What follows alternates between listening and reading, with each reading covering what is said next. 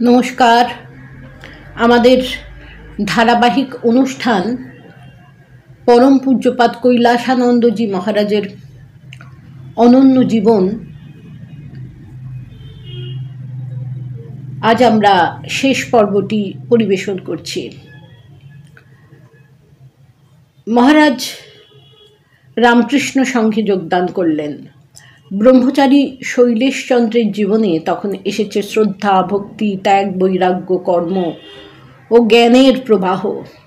তাই সব নিয়মের ব্যতিক্রম করে 1 বছরের মধ্যেই শৈলেশচন্দ্রকে সন্ন্যাস মন্ত্রে দীক্ষিত করে মহাপুরুষ মহারাজ তার নাম রাখলেন স্বামী কৈলাসানন্দ। সন্ন্যাস গ্রহণের পরেও কৈলাসানন্দ সবসময় গুরুদেব মহাপুরুষ মহারাজের সঙ্গে ছায়ার মতো ঘুরতেন আর তার কৃপায় ভরিয়ে নিতেন তিনি জীবনের পাত্রটি। প্রথম থেকেই তিনি ছিলেন মহারাজের একান্ত সেবক, মহাপুরুষজির একান্ত সেবক। কতকগুলো ছোট ছোট ঘটনার মধ্যে দিয়ে কৈলাসানন্দের ঠাকুরের প্রতি অপরিসীম ভক্তি, শরণাগতি, গুরুদেবের প্রতি বিশ্বাস ও ভক্তির রূপটি ফুটে উঠেছে। একবার কোনো উৎসব উপলক্ষে অন্যান্য কিছু সাধুর সঙ্গে তিনি গেছেন এক আশ্রমে। সেখানে যে ঘরে তাকে থাকতে দেওয়া হয়েছে, দেওয়ালে ঠাকুরের কোনো ছবি না দেখে তার অন্তর আত্মা যেন কেঁদে উঠেছে। তিনি প্রায় আর্তস্বরে বলে উঠলেন, ঘরে একখানা ঠাকুরের ছবি নেই? তার কথা বলার উদ্দেশ্য, যে ঘরে ঠাকুরের ছবি নেই সে ঘর থাকার অযোগ্য। শুতে বসতে ঘুরতে ফিরতে তিনি সবসময় স্মরণ করতেন ঠাকুরকে, তাই ঠাকুরের ছবি না দেখে তার অন্তর কেঁদে উঠেছিল।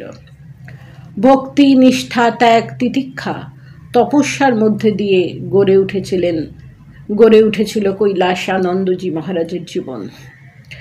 গুরুদেব মহাপুরুষ মহারাজের পদতলে বসে সন্ন্যাসের ক্ষুরোধার পথে অগ্রসর হয়েছেন তিনি। সিদ্ধ হয়েছেন জপে। তার জীবন চর্চা সম্পর্কে মঠের এক প্রবীণ সাধুর মতামত, সাধুর আসল জীবনই হলো তার ত্যাগ, তপস্যা এবং ভগবৎ পরায়ণতা।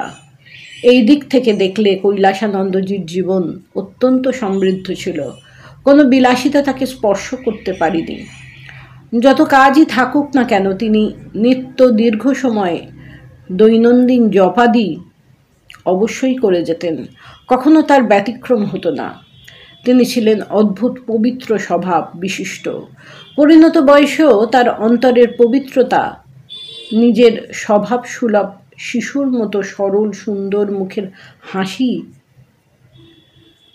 যে ভাগ্যবানদের দেখার সুযোগ হয়েছে, তারা মুগ্ধ হয়েছে।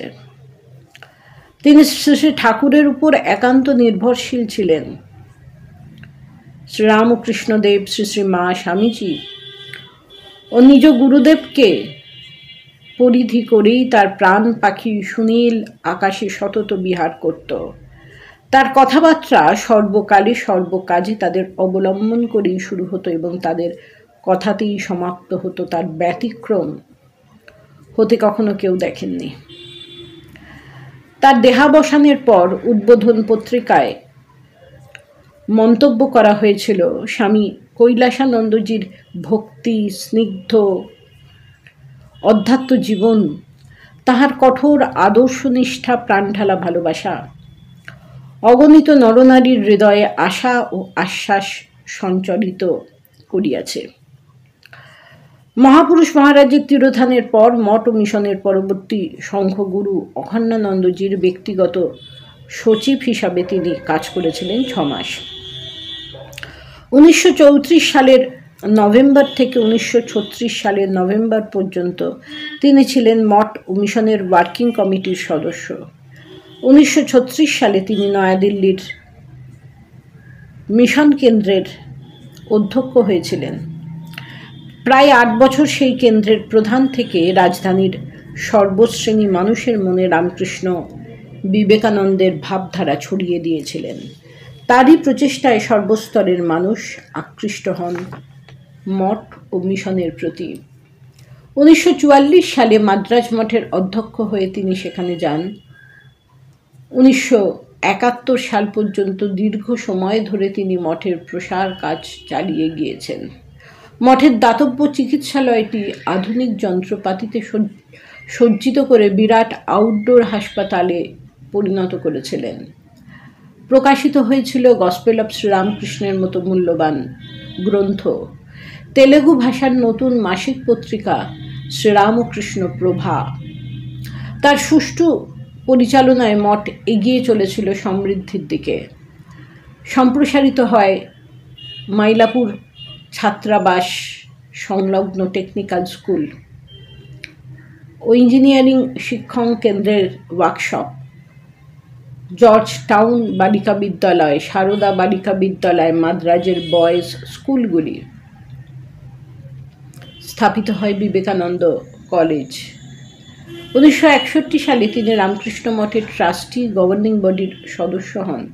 1971 সালে তিনি মঠ মিশনের কোষাধ্যক্ষ হন এবং 1975 সালে হন ভাইস প্রেসিডেন্ট। বিচক্ষণ, উদার, কৈলাসানন্দের সংস্পর্শে একবার যারা এসেছেন তারাই মুগ্ধ হয়েছেন। বয়স্ক, বিশেষ করে সন্ন্যাসী গুরুভাইদের প্রণাম তিনি নিতেন না, কিন্তু আদর্শের ব্যাপারে কারো সঙ্গে কখনো তিনি আপোষ করেননি। সহ সংঘগুরু হওয়ার পর ভারতের বিভিন্ন প্রান্তের মানুষকে রামকৃষ্ণ ভাবধারায় অনুপ্রাণিত করে তিনি তাদের দীক্ষা দিয়েছেন। 1976 সালে তাকে রক্তক্ষরণের জন্য অস্ত্রোপচার করতে হয়েছিল এবং 1978 সালে অন্ত্রে ক্যান্সার ধরা পড়েছিল। ওই বছরই 15 ডিসেম্বর তিনি রামকৃষ্ণ লোকে যাত্রা করেন। এমন মহান সাধুর উদ্দেশ্যে জানাই আমাদের ভুলুণ্ঠিত প্রণাম। নমস্কার।